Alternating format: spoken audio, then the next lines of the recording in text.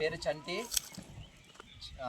ఆదివాసీ special DSC సాధన committee Araku division convener. నేను ఈరోజు ఇక్కడికి ఎందుకు వచ్చామంటే, నిన్న 26వ తారీఖున పార్టీల్లో అన్ని రాజకీయ పార్టీలు అన్ని సంఘాల నాయకులతో మీటింగ్ పెట్టడం జరిగింది.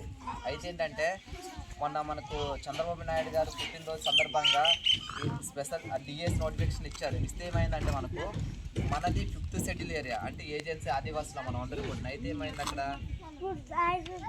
మన పాడేరు ఐటీఏలో 400 టీచర్ పోస్టులు ఉంటే కేవలం రిజర్వేషన్ లేదని చెప్పేసి 24 పోస్టులు మాత్రం మనకు వస్తుంది. అంటే ఎంత అన్యాయం జరుగుతుంది. ఇక్కడ చూసుకున్నట్టయితే ఈ ఐటీడీఏలో పాడేరులో 100కి 99% మన ఎస్టీ వాళ్ళే ఉంటాము. ఒక్క పర్సెంటేజ్ 2% మాత్రమే లేని వాళ్ళు ఉంటారు. అలాంటప్పుడు కూడాను మనకు రావాల్సిన ఉద్యోగాలు మొత్తం కూడా మనకి ఇవ్వకుండా వేరే వాళ్ళకి ఇస్తే మనం ఎలా కోరుకుంటాము. అందుకని చెప్పేసి మీరు అందరూ కూడాను వీటి గురించి తెలుసుకొని యుద్ధం చేయాలి.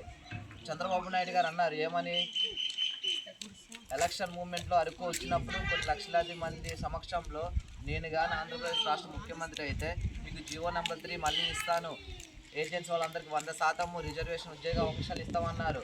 కానీ ఆయన ఇప్పుడు ఏం చేశారంటే, గెలిచి సీఎం అయిన తర్వాత రిజర్వేషన్ ఏమి ఇవ్వకుండా ఉద్యోగాలు ప్రకటించడం జరిగింది. దీనివల్ల నష్టం మొత్తం కూడా మన ఏజెన్సీ వాళ్ళకే.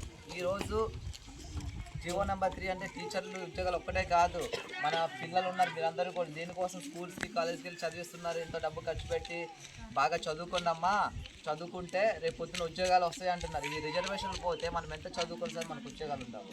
తర్వాత ఇంకో విషయం ఏంటి, 1/70 చట్టం ఉంది.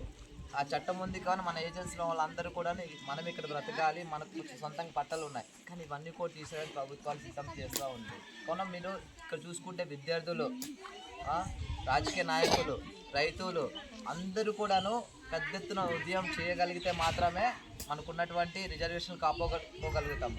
అందుకని చెప్పేసి ఈ నెల 30వ తారీఖున ఎప్పుడు బుధవారము పాడేరులో మన ఆంధ్రప్రదేశ్ రాష్ట్ర వ్యాప్తంగా కూడాను ఎక్కడెక్కడైతే మన ఎస్టీ వాళ్ళు ఉన్నామో, ఆదివాసులు ఉన్నామో అందరూ కూడాను ప్రతి ఐటీడీ కూడా ముట్టడి చేస్తూ ఉన్నాము.